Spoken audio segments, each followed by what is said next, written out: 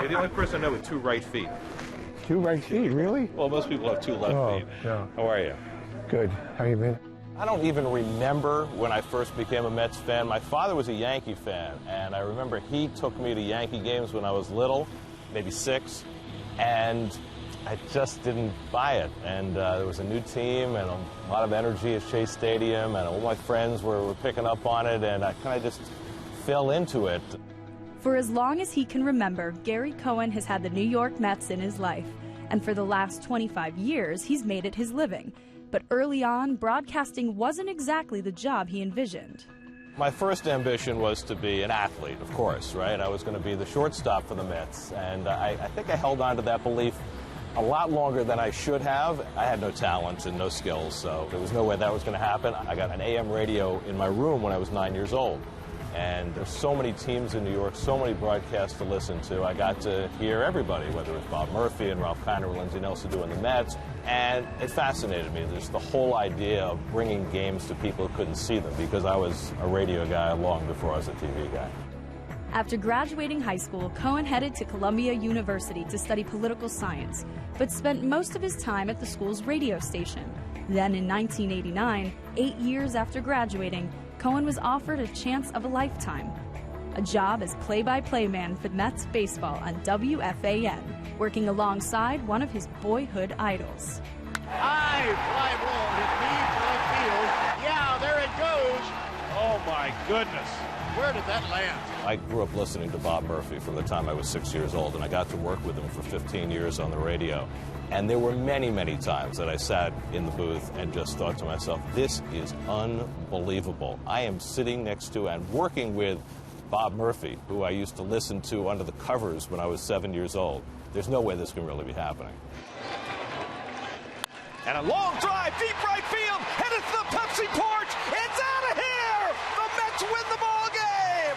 Kirk Neuenheisel walk-off 3-run homer in the bottom of the ninth. Now in his 8th year as SNY's play-by-play man, Cohen has become one of the true voices of Mets fans around the world. Alongside Ron Darling and Keith Hernandez, Cohen and his crew are considered one of baseball's top announce teams. And we return to the Pepsi porch where last year we saw the Mets beat the Cardinals on a walk-off home run, and we did little enough damage here last year that they invited us back. What do you think makes your group so unique? I'm not sure. I know that from the first day there was a chemistry there that you can't try to create.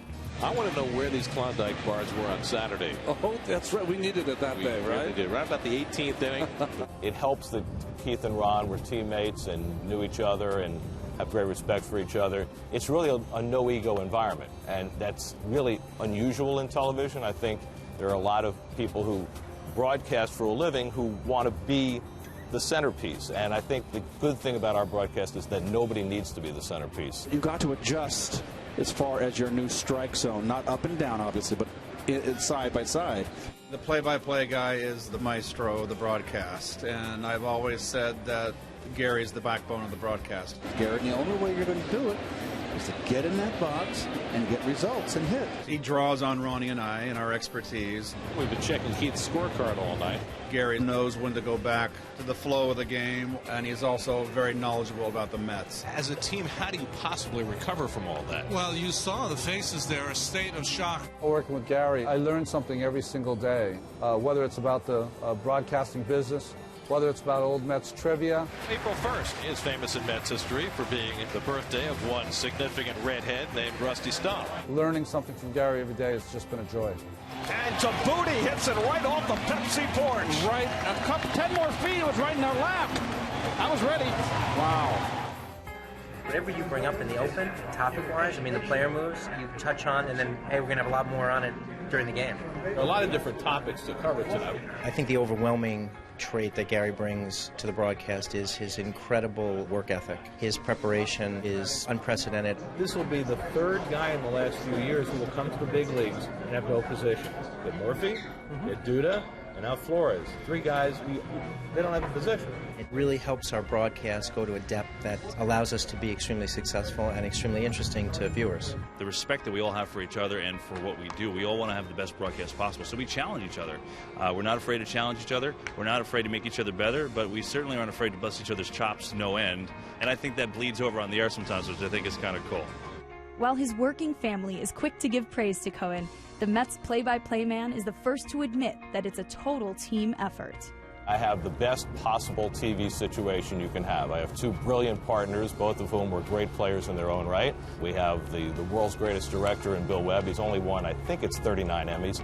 And Greg Picker is the best producer anybody could ever ask for. And I might also add the best sideline reporter in the world in Kevin Burkhardt. So it's the perfect blend, and I couldn't be happier. 3 hours and 43 minutes sometimes goes by in a hurry, but not this much of a hurry.